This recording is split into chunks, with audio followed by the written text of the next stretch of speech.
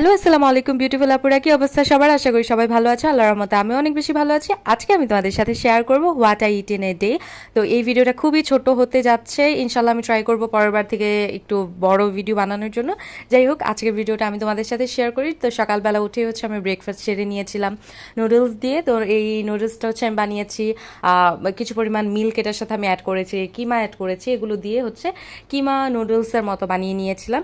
তারপরে দুপুর আমি খেয়ে নিয়েছিলাম এখানে একটা রুটি, তার পাশাপাশি এখানে হচ্ছে মাছের ডিম ভাজা ছিল, এখানে হচ্ছে ছিল বেগুন দিয়ে চিংড়ি মাছ দিয়ে তরকারি রান্না করা ছিল, আর তার পাশাপাশি একটা হচ্ছে সবজি দিয়ে মাছ রান্না করা ছিল। তো আমি হচ্ছে ওই সবজি আর খাইনি, আমি শুধু ওইখান থেকে মাছটা নিয়ে এসেছি। তো এটা দিয়ে হচ্ছে আমি আমার লাঞ্চ করেছি। আর রাত্রেবেলা হচ্ছে এখানে আমি পুরি, অল্প পরিমাণে মাংস, আর সাথে হচ্ছে অনেকগুলো শসা খেয়েছি।